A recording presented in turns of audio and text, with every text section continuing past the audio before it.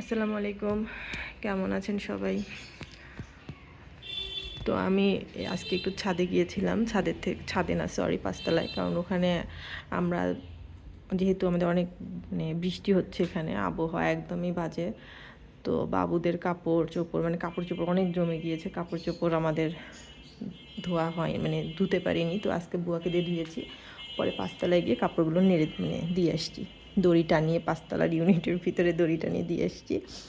তো যেহেতু আমার বাবুরা শুয়েছিল, বিছানাটা একদম এলোমেলো করে রাখছে। পরে বাবুদের বললাম চলো, ওদের দুইজনেরই ভীষণ জ্বর। পরে ওদেরকে নিয়ে আমি ছাদে গেলাম, পাঁচতলায় গেলাম। শুধু শুধু ছাদ বলছি কারণ সবসময় ছাদে যাই, তো তাই ছাদ আসছে। তো ওখান থেকে এসে আমি এখন আমি বাবুদেরকে একটু খাওয়াবো। আর আরেকটা জিনিস আপনাদের সাথে আমি শেয়ার করি। দেখেন, এটা আমার মেয়ে করেছে। যেহেতু ছোট মানুষ, ও করেছে, তাই আমি ওটা এখানেই রেখে দিয়েছি। এটা পুরোটাই ও করেছে, লিখেছে ও, সব সব ও করেছে। শুধু আমি একটু দেখিয়ে দিয়েছি, তাছাড়া ও সম্পূর্ণটাও নিজের হাতে করেছে। আমার মেয়ে খুব বড় না, ওর রিসেন্ট 29 তারিখে ওর 8 বছর কমপ্লিট হলো। তো তারপর যে ও করেছে, এটাই আলহামদুলিল্লাহ। ও আর অনেক কিছু করে হাতের, ও নিজে নিজে করে। আর এই যে বললাম যে পাঁচতলায় গিয়েছিলাম শুধু ওর ড্রেসটা আনার জন্য, যে ওর ড্রেসটা আমি নিয়ে আসবো, আর কিচ্ছু আনবো না, কারণ কাপড় চোপড় সব ভেজা। ও আবার ড্রেসটা এনে এখানে রেখে দিয়েছে। এই যে ওর ড্রেসটা এখানে রেখে দিল। আর আমি এখন একটু পাখিগুলোর কাছে যাই, একটু পাখিগুলোকে, যেহেতু বৃষ্টি, ওদের যেন বৃষ্টির পানি বা বাতাস যেন না লাগে, সেই কারণে ওখানে একটা পর্দা দিয়ে রাখে ওর পাপা। আজকে আমি আবার এখান থেকে কিছু গাছ ওই বারান্দায় দিয়েছি। আমার বারান্দার বেলকনিটার অবস্থা খুবই খারাপ। এই যে আরও মনে হচ্ছে বাতাসে আরও প্রবলেম হচ্ছে। আরও বুয়া 2 দিন আসেনি, বুয়া না আসলে তো আরও প্রবলেম হয়ে যায়। বুয়া আসেনি, আজকে বুয়া আসছে। এসে শুধু বললাম কাপড়গুলো ধুয়ে দিয়ে চলে যান, আর কাপড়গুলো ধুয়ে দিয়ে গেছে। এখন কালকে দেখি, কালকে সব কিছু করতে বলবো, কিন্তু করতে হবে। এই যে আমাদের কুট্টু কুট্টু পাখি। আর আমাদের এই পাখিটার কথা তো আমি আপনাদের বলেছি। এই যে এটা হচ্ছে আমাদের নিজে নিজে চলে আসছে আমাদের কাছে। এই যেটা ও নিজে নিজে চলে এসছে খাবার খেতে, একটু ভোলা আসছে। আর ও আমরা যখন বারান্দায় এসেও খুব বেলকনিতে আসলেও খুব ভয় পায়। জানি না কেন, মনে করে যে হয়তো বা কিছু করবো বা কোনো কিছু, জানি না, কিন্তু খুব ভয় পায়। এই যে আমাদের কিছু কয়েকটা পাখি। এই যে,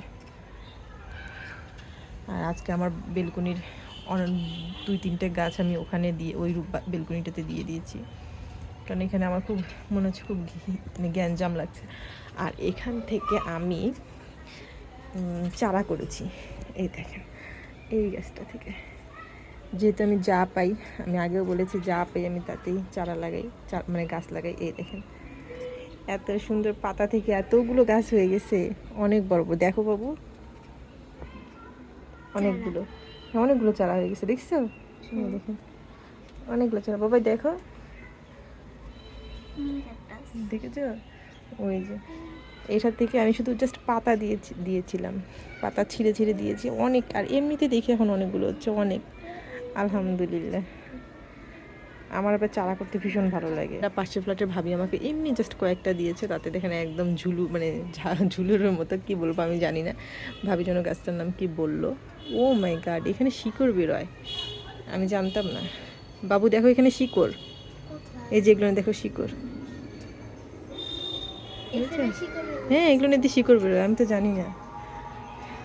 আর হচ্ছে এই যে এগুলো হচ্ছে আমার, আমি গাছগুলো এভাবে দিয়েছিলাম।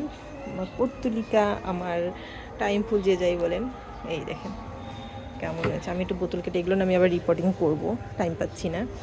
আর এইগুলো হচ্ছে আমার এই যে আরও সাকুলেন্টগুলো। আমার ক্যাকটাসেরও কিন্তু বেবি হয়েছে, এই দেখেন ক্যাকটাস, ছোট্ট ছোট্ট। ওপাশে আরেকটা আছে, এই সাইডে চিপা দিয়ে হয়েছে, এটা বোঝা যায় না, একদমই বোঝা যাচ্ছে না, কিন্তু এই যে এটা,